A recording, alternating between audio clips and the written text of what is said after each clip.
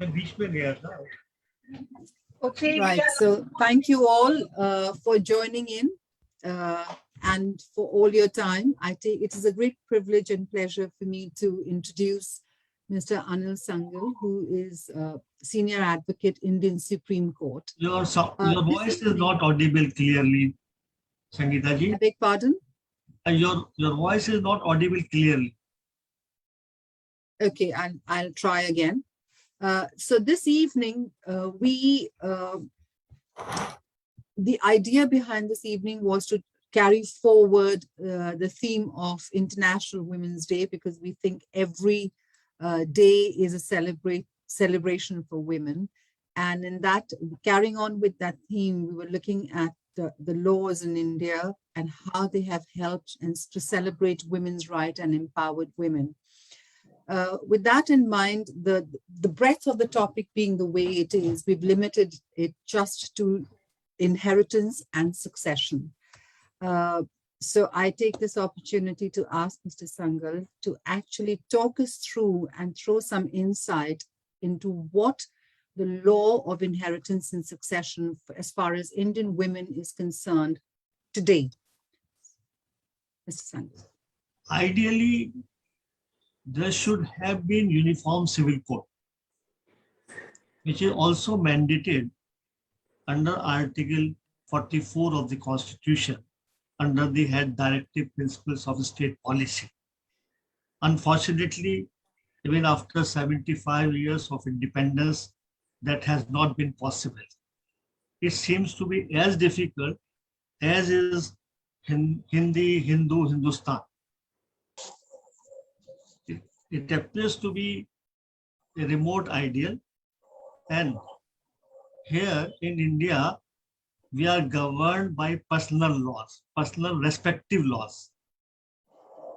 For example, Hindus are governed by their personal law, Hindu Succession Act. Prior to Succession Act, there was traditional or customary Hindu law, which has been codified now in 1956. And the definition of Hindu as given under the Hindu Succession Act is very wide. It includes Sikhs, Jains, and Buddhists. But the definition is even wider. Any person who is not a Christian, who is not a Muslim, who is not a Parsi or a Jew is also governed under the Hindu Succession Act since 1956. Prior to that, there was customary Hindu law, which is now codified under the Hindu Succession Act. The succession and inheritance, they are synonymous. It is inheritance when we look at it from the angle of the legal heir. It is succession when look at it from the angle of the person from whom we inherit the property. Succession and inheritance, they are synonyms. Insofar as devolution is concerned, when it comes to succession of the ancestral property, generally the word devolution is used. Succession. I will, sorry, I'll just come in here for a moment.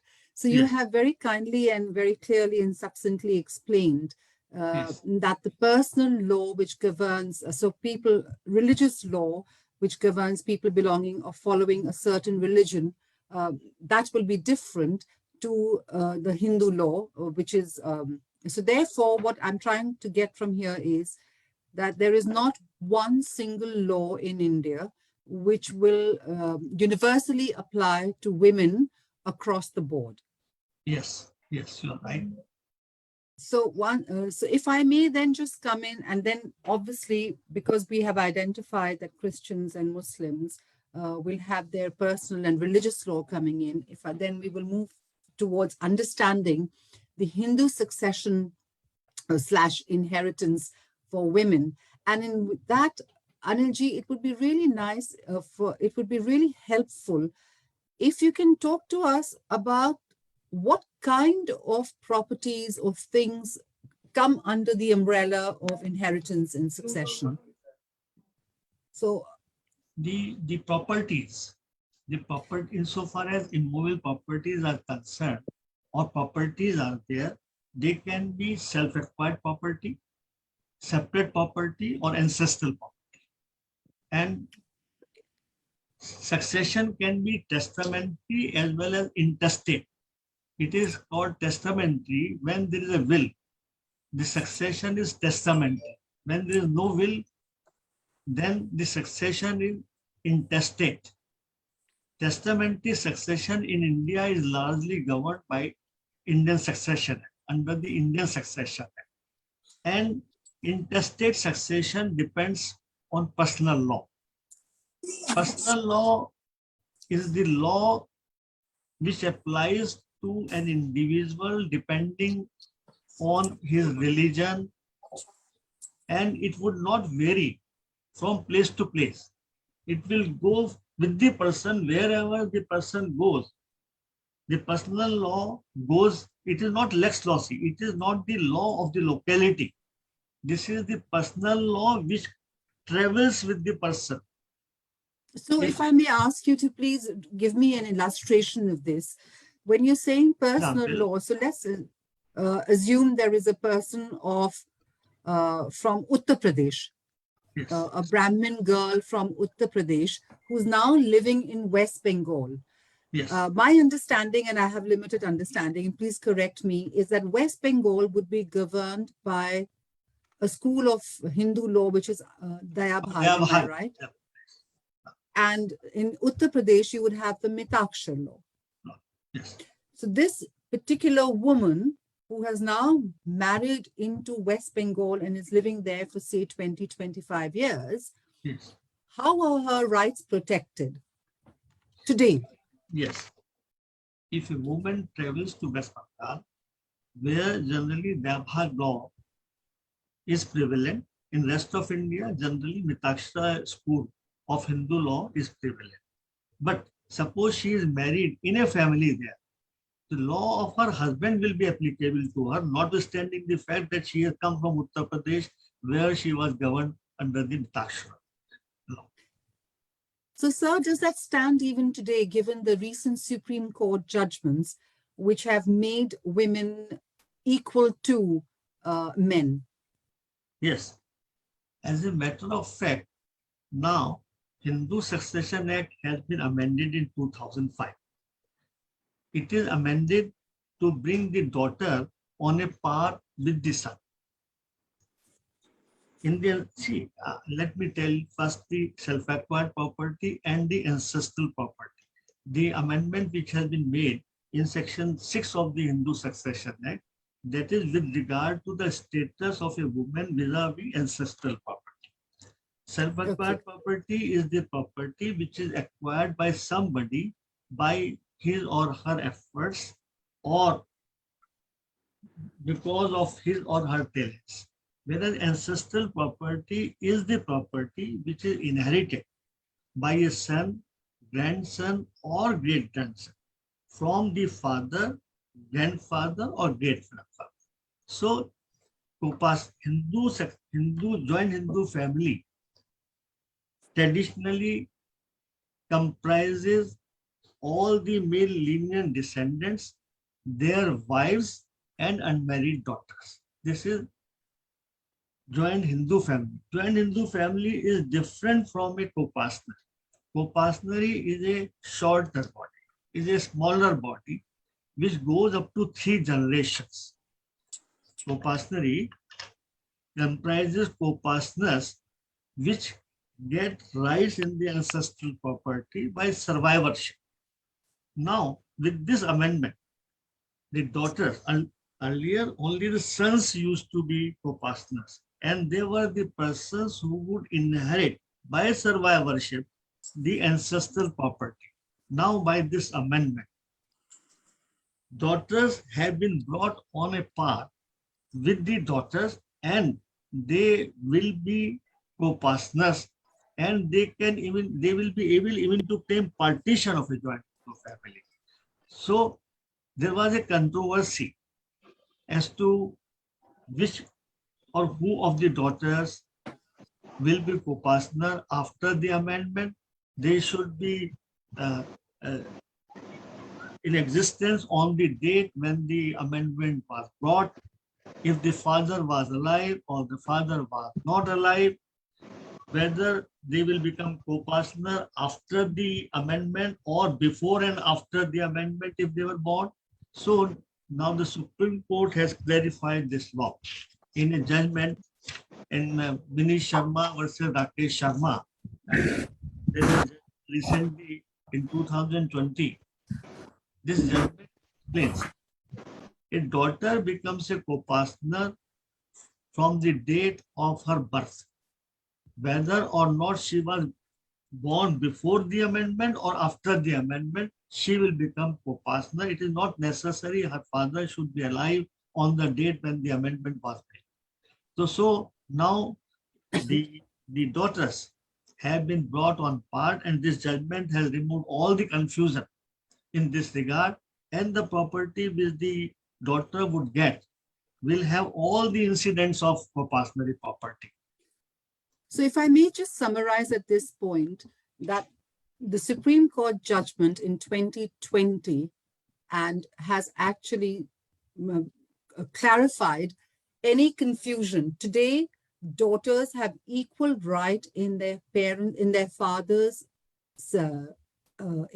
ancestral property as much as they have of the sons would have.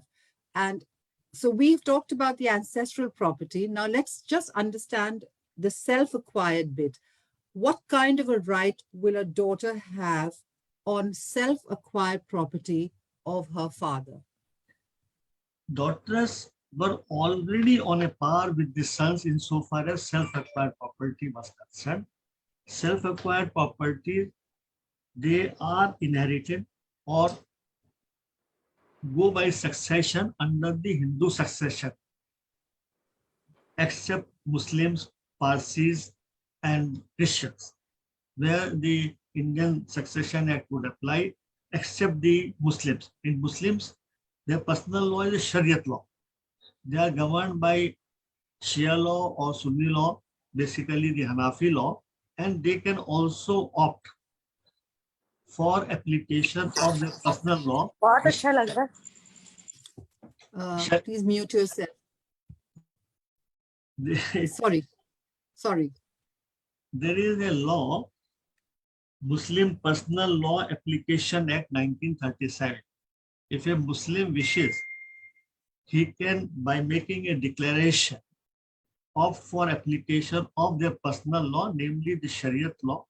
Christians and Parsis are governed under the Indian Succession Act, whereas Hindus, which include Sikhs, Bauths, and Jains, they are governed under the Hindu Succession Act.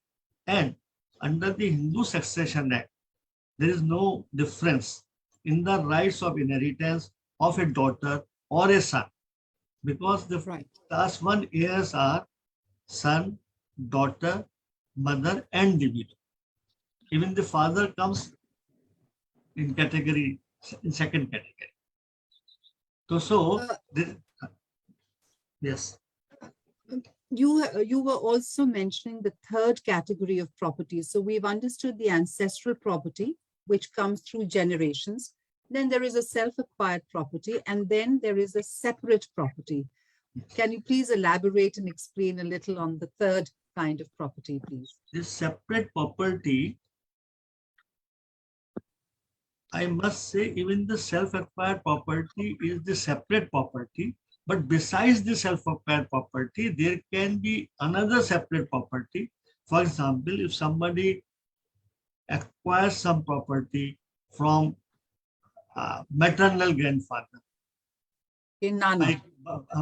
by gift, or from somebody else by gift, that property will be somebody's separate property and will be inherited like a self-acquired property. So this is in a way has the same a kind of succession under the law as the self-acquired property. I see.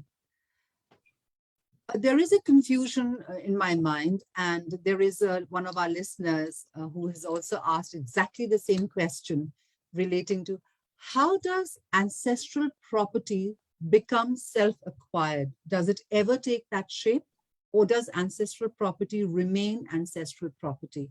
So the question I've been asked by Parth is whether the property inherited by father from his ancestors will be self-acquired property or continue to remain ancestral property. The ancestral property will always remain ancestral property, except where when a co-partner dies, except where a co-partner dies. His interest in the co-partner property will go under the Hindu Succession Act, and the recipient of that property will have that property in his or her individual rights. Otherwise, so you can always just a minute. Sorry, I didn't mean to interrupt you, but if I may just use layman's language. So if there is a property which has been bought by a person, his sons and daughters have an equal right on that property, then his grandchildren also have an equal right in that property as we stand today. And that is now ancestral property, right?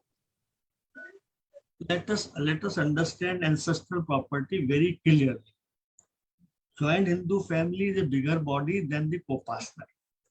And it is only the co-partners who have rights in the ancestral property. The ancestral What is a co-partner, sir? Yeah, I'm telling. So co-partnery is limited to 3 generations only. Co-partnery is limited to including common ancestor. From the common ancestor, the co-partnery is limited to 3 further generations only. So to say, co-partnery property goes to son, grandson, and great-grandson. Not beyond. Not beyond. Similarly, conversely, you can say that it is the property inherited from the father, grandfather, or great-grandfather only. This is, and it is possible to throw individual property in the common.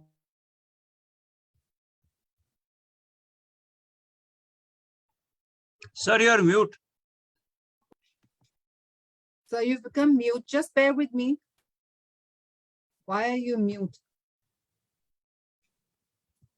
Just bear with me. For some reason. Can you unmute? Yes. Can you unmute yourself, please? Yeah, see, you we can It's hear already you now. unmuted. am I audible now? Yeah. Yes. Yes. May I have to repeat something?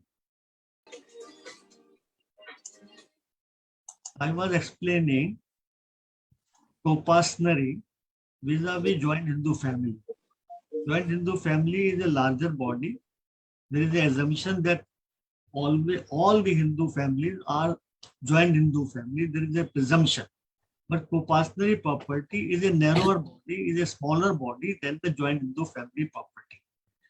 The persons who are entitled to inherit joint Hindu family property, rather the ancestral property, they are only the co-partners. No other persons of the joint Hindu family are entitled to inherit the ancestral property except the co-partners. So far, daughters were not co-partners. Now, with this amendment in 2005, even the daughters have been brought on a par with the sons, and they have been made co-partners, and the properties which they will get, they will have all the incidents of the co-partnery property. And the co-partnery property is limited to 3 generations from the common ancestor. It goes to son, grandson, and great-grandson. Sorry, can you mute yourself, please, Prem Sagarji? Okay, I've unmuted you. Yes, Mr. आप कह रहे थे? You are getting mute. No, you're muted again, Mr. Singal. Something's happening at your end. Hello? No, our end, we are not touching the system. Okay, we can hear you now. There is some problem somewhere. Yeah. So It is a little difficult concept to understand. Generally, lot of people have confusion with regard to co-partnery. The word co-partnery is a little difficult to understand. And, Yes. and ideally, this system should have been dispensed with. Now, this is typical to the Mitakshara school of law. Under the Hindu law, that the concept of co-partnery is there. Hindu undivided family is not an entity. It is like a corporate body. Nonetheless, it is not an entity. But HUF, Hindu Undivided Family, is a taxable entity under the Income Tax Act. And it is nowhere defined in the Income Tax Act, but HUF can be assessed. HUF can have independent income and can be assessed to tax under the Income Tax Act. So if we come back to the 3-4 main points that we have talked about thus far, one is that daughters, by the recent rulings, have equal rights on ancestral and self-acquired property. Yes. The word co-partnery now no longer exists and is not exclusive to the males, because women can be co-partners from the time they are born. Yes. Am I right in that? Co-partnery do exist. Co-partnery do exist even now. The only difference is the daughters are co-partners along with the son and are on a par with the son. They can claim equal rights with the son. So then property now can be inherited also by the daughters. Equally. We talked about the ancestral property, then the distinction between acquired and ancestral property. You talked about that thus far. We have a question from Kiran who says, why is the distinction between ancestral and self-acquired when women can inherit equally? Is the distinction over today? Yeah, no, the distinction has to remain, because besides the daughters, there are also other people like mother, like widow. They can also inherit the self-acquired property, where earlier the ancestral property used to succeed by a principle called survivorship. Now this principle has been given a go by.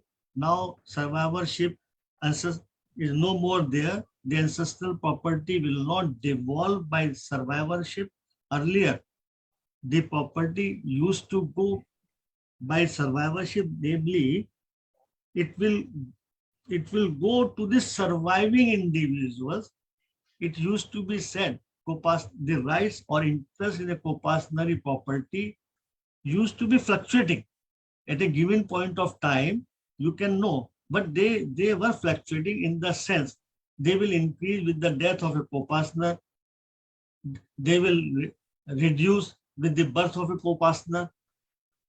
This incident is still there in the co-partner property, but now instead of survivorship, the section 6 provides, section 6 of the amended act provides that with the death there will be a deemed partition, and the co-partner property will be divided amongst the co-partners, and in the individual hands, this property so received in partition will have all the trappings of a co-partner property, all the incidents of a co-partner property.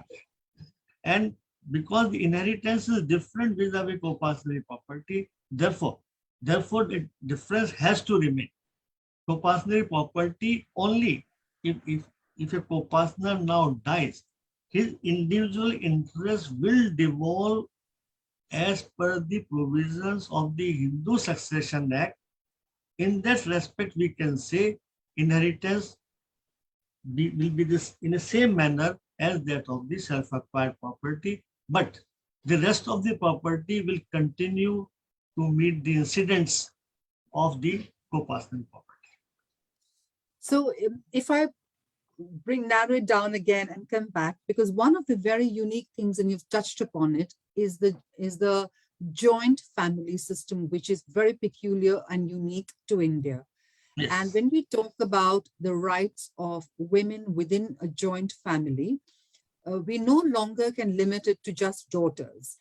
Within a joint family, there could be sisters, unmarried women, so if there's a person A, that person A could have a daughter who is unmarried, could have a brother's wife who's a widow, could have a son's wife who's a widow, and what are their rights? So we are talking about the rights of women now within a joint family.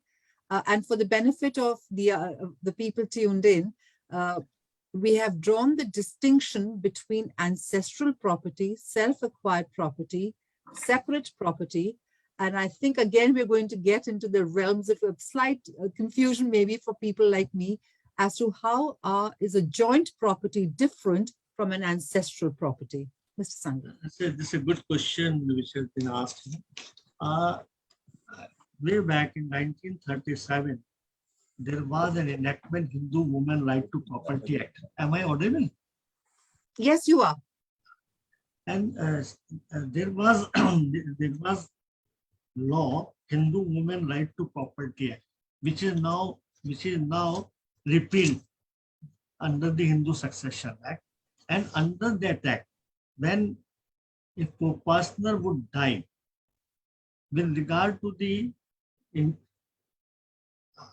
I feel as if I'm not being heard. No, I can hear you well. And we have a question. So yeah, once you complete this, we'll talk about a question on ancestral property as well. Okay.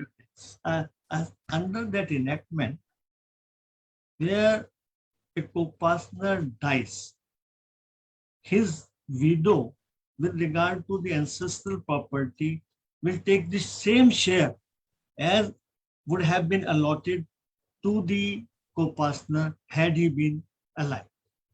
So this is how, and whenever there is a partition, they will have a right of maintenance from the Hindu undivided family funds.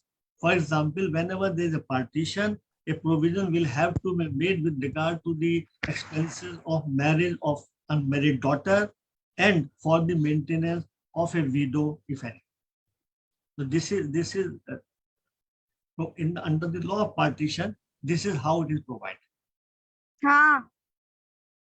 So if I was to ask you to explain this a bit further, if there is a family which has got women's, are we now saying that widows a good amount have a right on their father-in-law's property, the same right as their husband would have had? Sorry, you're just getting, I don't know why you keep getting unmuted. Sorry, yeah, go on. Yes, sir. Yeah, we can hear you now. Yes. Kindly repeat the question. The question is, do widows in India under the Hindu Succession Act have the same right as their husband would have had on a joint property once partition is being done, or even if it has not been partitioned? I'm talking about rights of widows. Yes.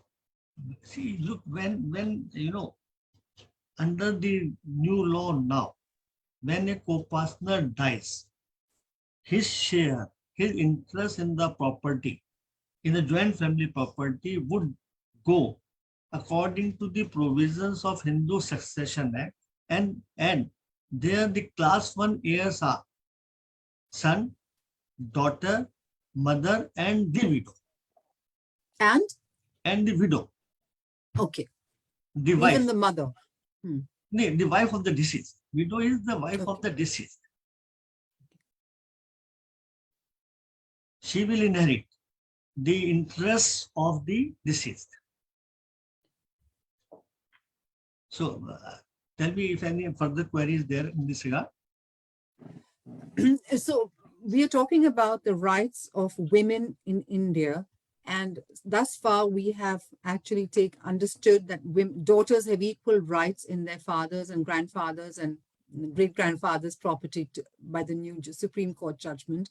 You have also now explained to us how a widow can have a right in the property of her husband.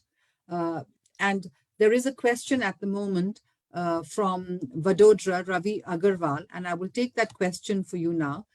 He says, if one sells an ancestor's property to purchase a new property, will the new property be termed as self-acquired? I think what he is trying to say is maybe will the daughters get a right on that or not? Yes, see, there is a karta or a manager of a joint Hindu family. The karta or the manager of a joint Hindu family can, of course, sell the property, the ancestral property, but ancestral property can be sold only for legal necessity, not otherwise.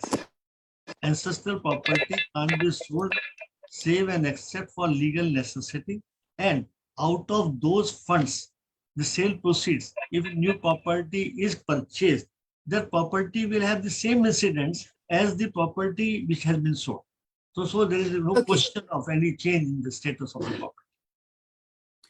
So if one sells ancestral property to buy new property, the people who are going to have a stake in the new property will be pretty much the same as before. Same as before. And a question that we have is a question again that I was wanting to ask you myself a little later in the program, but I will take it up now. How the Hindu or the Indian property works for women who have migrated to a new country and become a citizen of that country. This is from Himanshu. If somebody migrates to a foreign country, his interests in the property in India will remain the same and will be intact. There won't be any change in the status, in the rights of the person who has migrated to a foreign land, in the ownership of the property. I do not know if I have answered the question or the question is a little different. Perhaps, do you feel, Himanshu, your question from my understanding? So what you're saying is, if I may to just recap it, is that if a woman of Indian origin marries in and moves abroad and acquires a foreign citizenship, her rights in her property in India will continue to remain as if she had not acquired or renounced her Indian citizenship. Here the point is, if the lady marries to somebody, the marriage changes the status of the property with regard to Hindu joint family property, but co-partner property, now when she is co-partner, there won't be any change in the status. Yeah. Now after the amendment, because she has been made a co-partner on a par with the son, so her rights will remain intact with her and there won't be any change in her rights. She can always claim those rights. A very anomalous situation has been created because there have been half-hearted amendments in the personal law. Earlier, the law was clear. Once a daughter is married, she will have rights in the family where she goes after marriage, and here the rights will vanish. Now, with this amendment, because she has been taken as a co-partner, which is a vested right, which will remain with her even after the marriage. And here there is another anomaly. Customarily, Hindus used to support their sisters, their daughters in the marriage of their children by way of, which is usually termed as bhat. And with this amendment, when the daughters are made co-partners and are deemed to be treated on a par with the son, the rationale behind such obligation would go. It will be only a matter of pleasure. So we've got that right, that a daughter will continue to retain her rights in the property even if she migrates. What about her children then? Children. Her children. Her children, her children obviously will have rights, if any, in the property of, in a matrimonial family, because Right. because if you see the line of succession under the Hindu Succession Act, the rights of the children of the daughter, rights of the children of the son are there only if the son or daughter are predeceased. Yes. In the first line there's son, daughter, mother, and the widow. And if there is a predeceased daughter, then her children will have the same rights and they will claim per stripes. Let me explain the concept of per capita and per stripes. Per stripes means first the property goes to the directly connected person, then in turn it passes further. I will give you example. If there are three sons, for example, and a daughter, the property will first go to them. Then suppose the son A has two children, son B has three children, son C has two children again. These children, if the property would go per capita, the property will go to all of them equally. But this will not happen. First, the property will go to these four. When then the property is so divided will go further to their children. So this is called division per stripes. So the system which is adopted under the Hindu Succession Act is succession per stripes, not per capita. I hope Rajni and Holistic Health, your question about daughters' children inheriting a share, their rightful share in ancestral property has been answered. Thank you very much for both your questions. Anilji, one question that now comes to my mind is, and this is because when we started, advertising this particular program, there were certain queries on agricultural land. My understanding, again limited, is that India is rather unique in terms of agricultural lands, that state laws prevail over the national law, as it were, if I'm using the right terminology. So for instance, in Uttar Pradesh and in Haryana, daughters will not have the same right as sons in agricultural land. Am I right in that? Right, it is an interesting question. In fact, there is a lot of confusion in this regard and not full clarity. In certain states, the succession to agricultural land, for example, in Uttar Pradesh, the succession to agricultural land is governed by section 171 of the UPZA Act, UPZA and LR Act, Uttar Pradesh Jamidara Abolition and Land Revenue Act. And similar legislations are there in Bihar, in Haryana. And there is not equity among the sons and daughters. And in some states, the daughters have been kept out of the line of succession, or only in rare situations they have been given unequal rights. And this anomaly is there, and which cannot be answered without looking at the provisions of the revenue laws of the respective states. So within agricultural land, I think that the status of a girl is not equal to a boy in quite a few states within the country at the moment. May not, perhaps. May not be. If I was to just move a little ahead from just the daughters, we touched upon the joint family, and there's something very interesting. What if there is a girl, a woman from the joint family who is childless? So she inherits part of that property from her father or grandfather as her right. But because she's either not married or has no children and has not adopted a child, what happens to her share of property if she dies without making a will or intestate? You're talking of a lady who has inherited property, who has property, but she doesn't have any children. This is your Yes. question. Uh, She has Actually, no children. Yes. if you look at the line of succession, this is a case of a lady. If this is a case of a lady, it will be governed by section uh, 15 and 16 of the Hindu Succession Act. There, the first line legal heirs are different. If none of them is there, then the Can you property, please explain to us what is the first line legal heir of first this particular individual? this first Thank line, you. first line legal heir, son, daughter, and the husband. If she is not married, there is no question of husband, right? Then the second line is legal heir of the husband. In this case, if the husband, she is not married, therefore second line is also not there. Then the property will go to the mother and father. But Okay.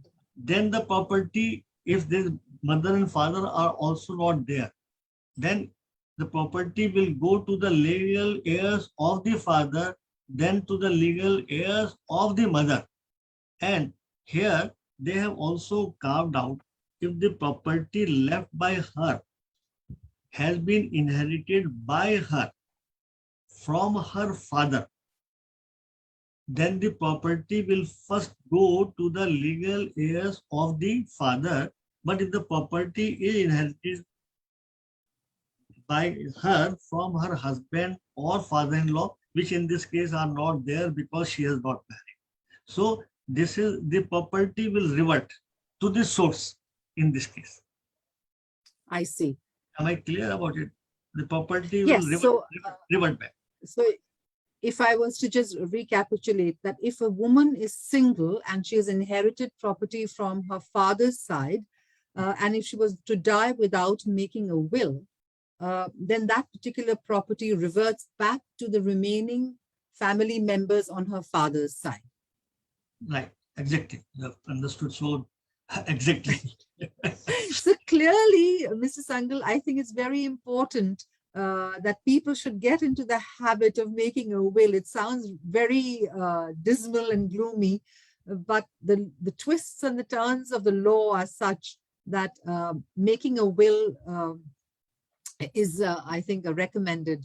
As a matter, you are right. As a matter of fact, I have been invariably advised to my people to leave a will with regard to the self-acquired property as well as with regard to the undivided share in the ancestral property, because section 30 of the Hindu Succession Act allows will of undivided portion of the undivided share of the ancestral property as well, so that there are no quarrels and the sons will not have to go to their sisters for a no objection or for relinquishing their rights in that kind of embarrassing situation.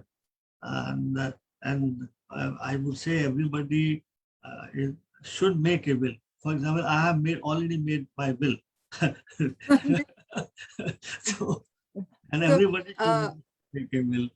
It's a if I may just draw your attention to a question I have from Santosh asking, if a father who has inherited property draws up a will and excludes his daughter from that will the will supersede her legal statutory right? Because this, in my opinion, appears is an inherited ancestral property and not self-acquired. So he cannot exclude the daughter.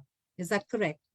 If I have correctly understood this question, the question is somebody has interest in the ancestral property, because even after partition now, which is contemplated under section 6, new section 6 of the Hindu Succession Act, the property which you get on partition will nonetheless be subject to the incidents of the ancestral property, the will of such a property can be restricted only to the undivided share of the co-partner or his property, and not because the children of such a person will by birth get a right, including the daughter in it.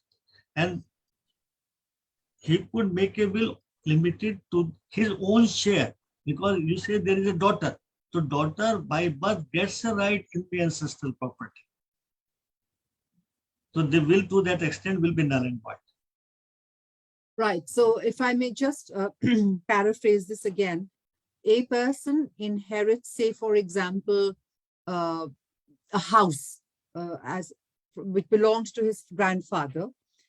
So therefore it becomes ancestral property. He's inherited that house, but now he says to his daughter, in his will, he writes that his daughter cannot get a share in it. That is incorrect. The daughter can claim a share in that house.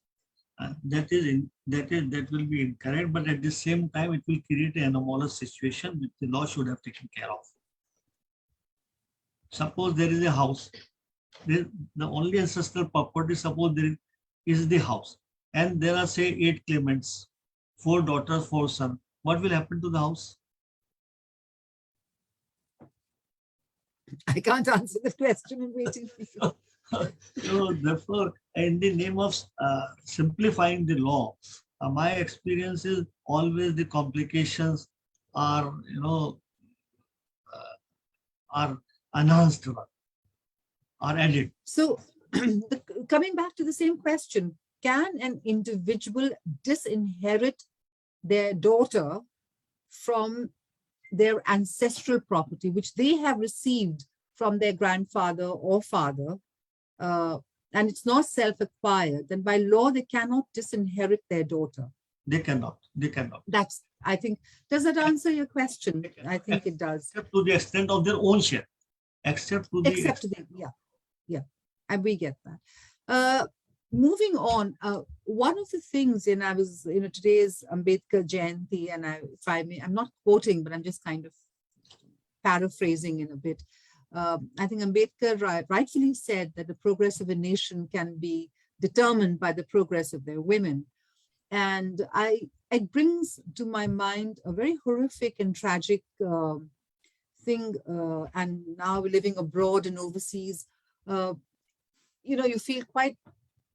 You feel saddened about the fact that there are a whole host of widows who've been parked into Vrindavan only because their children have decided that they either don't have rights in properties and nobody's going to look after them, and therefore they just park them. So my question to you is, widows, you've explained, yes, they do have, but now do widows have a right to be looked after by their children? Let's assume they have no money, no pension, no property, no ancestral, no father-in-law's property.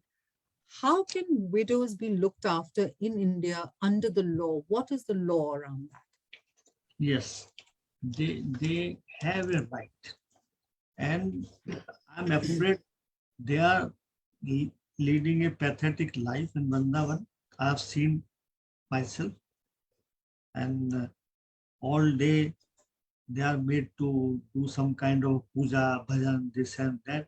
And in return, they get just 2 simple meals, not square meals. And there are 2 enactments. One is in 2005, the Protection of Women from Domestic Violence Act. One provision is the Protection of Women from Domestic Violence Act 2005. Short, it is called DV Act also. The other is Maintenance and Welfare of Parents and Senior Citizens Act 2007. Both these acts provide remedy in such a situation. Under the Senior Citizens Act of 2007, one could move a tribunal for remedy. Remedy is by way not only of maintenance, but is there by way of residence and also monthly payment. And under the Protection of Women from Domestic Violence Act also, not taking care of the parents can be enforced by the magistrate or by the protection officer. And in every area in Delhi, I know there are women police officers. If you register yourself with them, they will regularly come to you, inquire about your welfare, and would see to it that you are not tortured in any manner, and you are given not only the food, but also recreation, entertainment, and things like that. So these two enactments are there to take care of senior citizens of this kind. But one has to enforce their rights. And they can also approach there are also some NGOs who take care of this kind of problems and situations. So I mean, it's very heartening to know that there is a legislation which protects the interests of women who may be at the mercy of their children, either boys or girls. The challenge, of course, is that many times they don't have the resources to go to court, you know. So unfortunately, if the society doesn't support them, but at least the law is empowering women and giving them their rights in India, which is absolutely, I mean, for a country where women have been revered for centuries, our books, our goddesses are testimony to the fact that women have such a special place. It has been very unnerving and unsettling to see the discrimination that has been made against women. But fortunately, the recent laws and the correction, the course correction, has been very heartening. We've talked about daughters' rights. We've talked about single women's rights and joint family. We've talked about the rights of widows and daughters-in-law. We've also touched and talked about the rights of widows who can assert and demand that they be looked after and have maintenance and go. One of the things that I wanted to talk to you about, Mr. Sangal, is the right of women who are in a live-in relationship or in a bigamous relationship. Now, bigamy, I understand by the law, is not allowed. So if a man is bigamous, does his second wife have to pay the price for his bigamy? Or does she have legal rights? And what about live-in relationship? There are two questions. What is the word you have used? Beginning? Bigamy, you know, like man marrying, one man having more than one wife. Bigamy. Oh, sorry. Bigamy. Okay, bigamy. Sorry about that. You may be right, I don't know. Bigamy. And see, you talked about live-in relationship also. And bigamy is punishable in India. It is an and offense. yes, you have. Yes, but it is bigamy is an offense under the IPC as well as under the Hindu Succession Act. And the second marriage is null and void. Second marriage, and to avoid the rigors of law, people are now preferring to live in relationship rather than marrying, because getting rid of a marriage is very difficult and full of hassles. And Supreme Court has said in some decisions, okay, if the live-in relationship is in the nature of a marriage, then it will have all the trappings of a marriage. And there is a famous case of a South Indian actress, Khushbu, if you have heard about it. In that Khushbu's case, Khushbu has asserted premarital sex rights, and as many as 20 criminal cases were filed against her at various places in India. And in that case, the Supreme Court has said that there is no prohibition under the law against live-in relationship, one. And living together is a right to life. And with apparent reference to Article 21 of the Constitution, if two persons who are adult, who are not minor, they decide to live together, maybe two males, one male, one female, or two females, if they write, if they decide to live together, law doesn't prohibit. It is not an offense. And the earliest case in this regard is Badri Prasad in 1978. Two persons for 50 years were living together without marriage as husband and wife. Then Supreme Court said no. It will amount as if they were married. They decided accordingly. And recently also in 2010, in Madan Mohan Singh's case, Supreme Court says after living for a long time, it cannot be go in and go out situation. It cannot be that you move in and you walk in and walk out. It cannot be like that. You live with somebody, say for 10 years as husband and wife without marriage. Then you suddenly say, no, you go. It cannot be walk in and walk out. The Supreme Court has held you will have the protection of law as a married couple. So, I mean, it is very heartening, I'm using the word again, that women who get into a relationship like this cannot be just chastised and thrown out and said, you're not entitled to anything. So they will get equal rights as if they had been married. And I will come back very quickly because I'm very conscious we have very little time left. And what about women who are in a relationship with a married man? Yes, it is offensive, it is punishable within the IPC, and yet it is happening. What happens to her? Does she have any rights and protection under the law? And the children of both these kind of women. I mean, a woman has to be empowered and feel that she's been protected, even if she's married a man. So one is living with a man, one is, in the second instance, married a married man. Does she have any rights? Yes. The law in this regard is, if there is a second marriage, which is void, then in that case, the children will not have any rights in the ancestral property, will not have any rights in the ancestral property, but the children will have full rights in the self-acquired property and in the income of the father. And here the law is a little unequal vis-a-vis the wife, second wife. Second wife doesn't get anything under the law, and perhaps rightly so, to discourage women into entering this kind of a relationship with a married man. I have one question that I must take because it's been sent back to me as a reminder. It's from Ravi, who's talked about a will. Ravi, I can't see because we've had a lot of questions that, how many ladies may define property they may receive in their will? I'm not sure what that question means, Ravi. I'm sorry.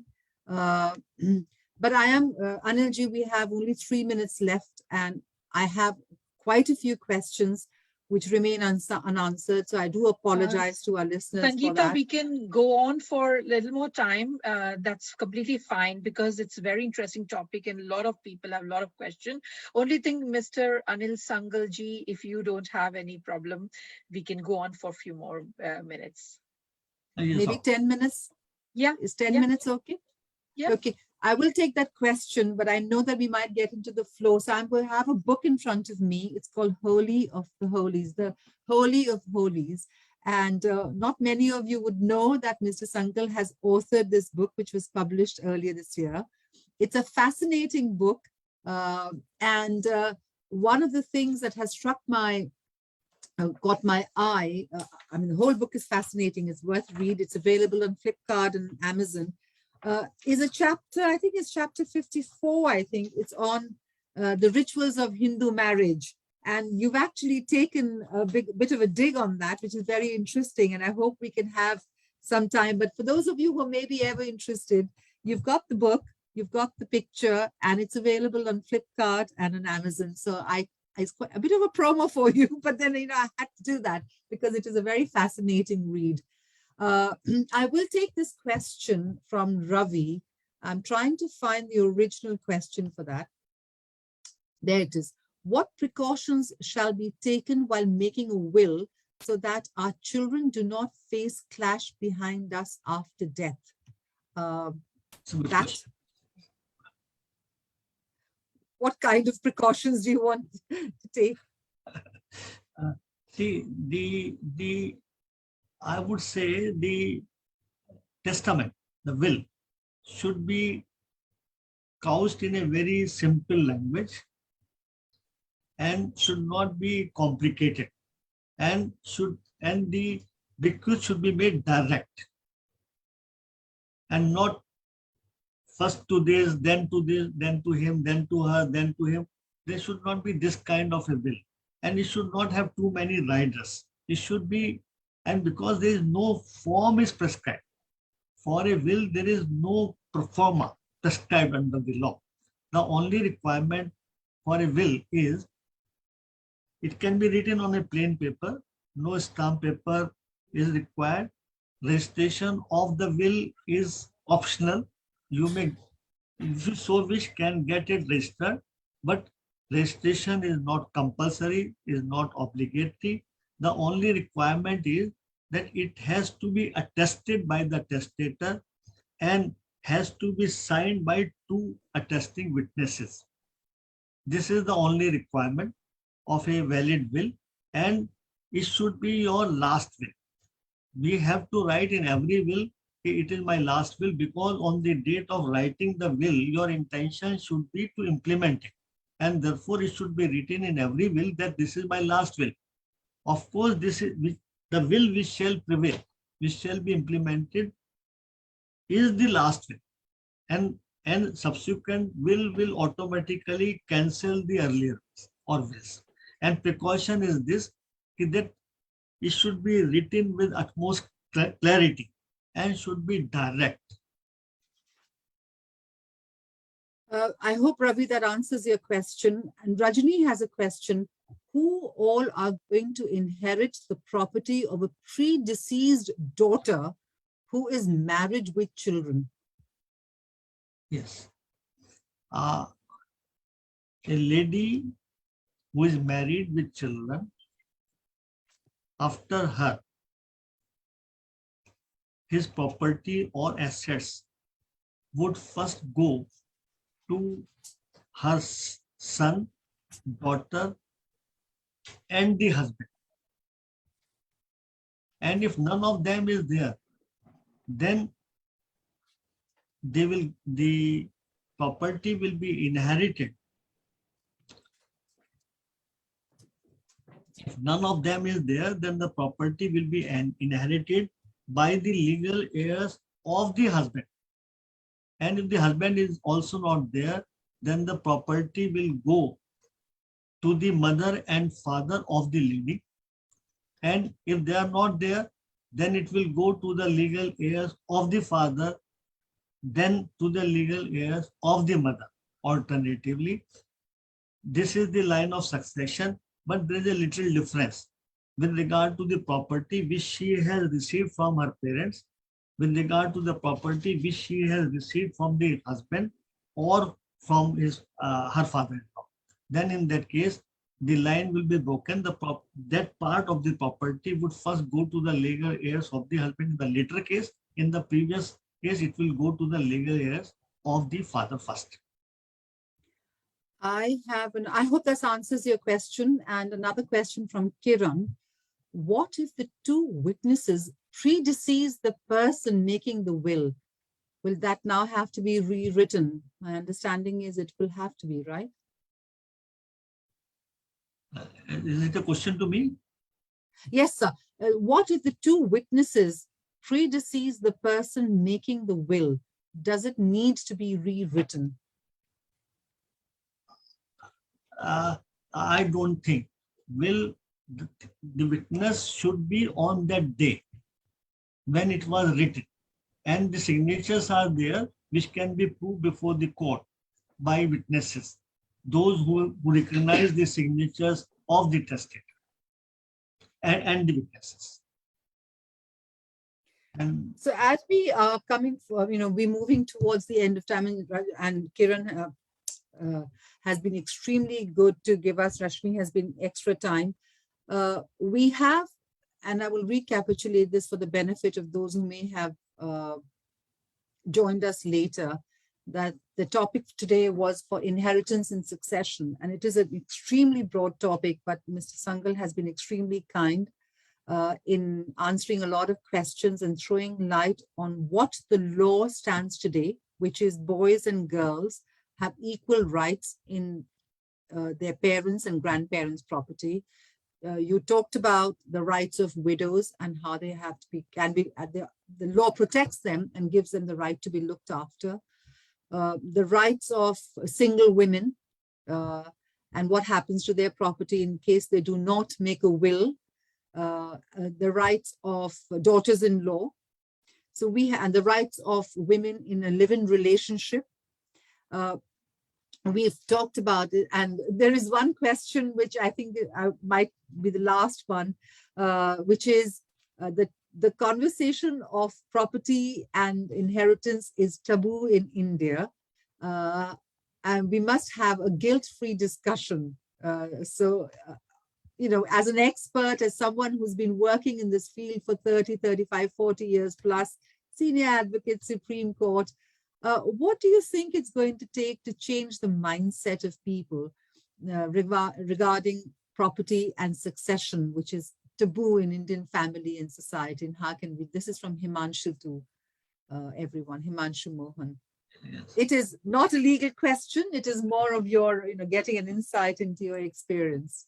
Actually, talking about the property has been a taboo, and even the father would mind if the son talks about the property or even wants to know about the property of the father, and more particularly, daughters are kept out of such kind of discussions, and this is a kind of a mental taboo. It has nothing to do with the law.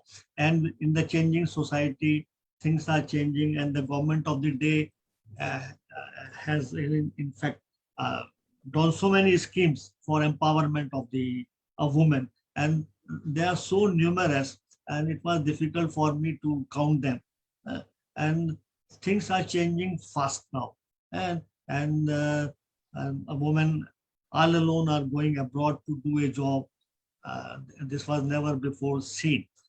One problem they are facing, the people who are going abroad, and they have properties in India, they have interest in properties in India, and they are deprived of their rights illegally and unequally, and they do not know how to retrieve their rights. And it is difficult for them to come to India all the way and fight the case, where a case takes year after year, may take decades. And and it is very difficult to get even the honest lawyers. Being a lawyer, I can say. Which brings me to possibly my last question, and this is a question very close to my heart because I belong to a strong women's community here with a lot of Indian women there, or people from Indian origin. And a key question very much related to what you just said is, what about jurisdiction? So if somebody, of a woman of Indian origin or an Indian woman in the UK or in America, because we've got some people from America tuned in at the moment, was to contest something in India, say in a city in India, what is the jurisdiction for her? I mean, how does she go about it? You're asking for the purpose of property. Well, for the purpose of her being able to exercise her right over whether immovable or movable property. So let's say there's cash in the bank and she needs to exercise her right in getting her share from it. And so far as immovable property is concerned, a suit to recover the immovable property can be filed only in the court of jurisdiction of the place where the property is situated. Right. And with regard to other rights in immovable property for compensation or for other things, suit can be filed where the other side, namely the defendant, is there. But in case of immovable property, the suit will have to be necessarily filed only in the court which has territorial jurisdiction where the property is there. And I see. but one good So thing. if I may just try and understand this in simple my language, movable property will be cash, jewelry, furniture, etc. Yes. With regard to them, you can file a suit where the defendant is there. So, okay. Defendants are there, but not at any place. But one good thing I wanted to tell, in matrimonial matters, the wife can file a suit for matrimonial relief wherever she is. Wherever she I is. see. So if Wherever there's a woman in the UK wants to divorce or her husband for whatever reason, she can file a divorce case in the UK, even if they're not UK citizens. No, UK. She can file even in UK if the husband is in UK. Otherwise, in India, she can file. Suppose in certain situation, a married lady has to come back to India. Then she can file the suit for any matrimonial relief anywhere in India where she is for the time being living. Whether or not there is jurisdiction at that place, they might not have ever resided together there, marriage might not have been performed there. And similarly, if the husband is out of India, then also she can file a suit anywhere in India where she is there. This is a good thing. That actually brings us on a very positive note, because it is all about empowerment of women and bringing women at the same level as men, and to give them the rights that they fully deserve. Anilji, thank you so much for your time. And I have to say that Rashmi had an image at the back, 75 years of independence. And it is extremely, it is there 75 years of Azadi she's got at the back with the Indian flag.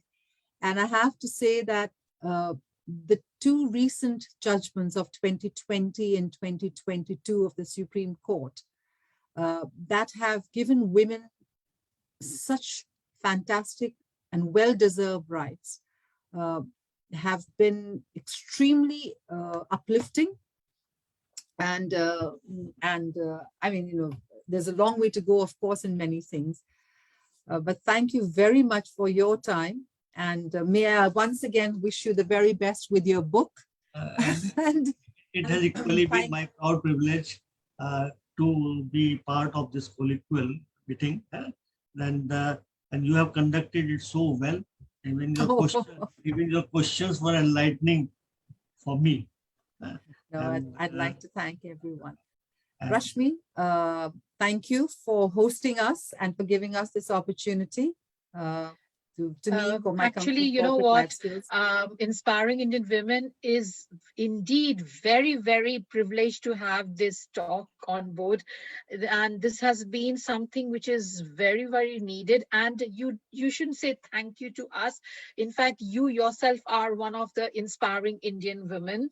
And to have brought this such a senior advocate on our platform to share his views, we are indeed very, very grateful.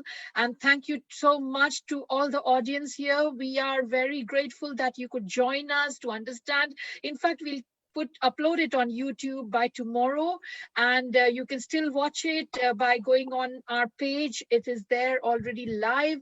And also, ladies and gentlemen, be in touch with Inspiring Indian Women for further programs. And thank you very much for joining us. Thank you so much, Dr. Anil. Thank you. Sangita ji and Mr. Anil Sangal ji. Thank you very much. Take care. Thank you very much. Goodbye for now. Good night. Goodbye for now.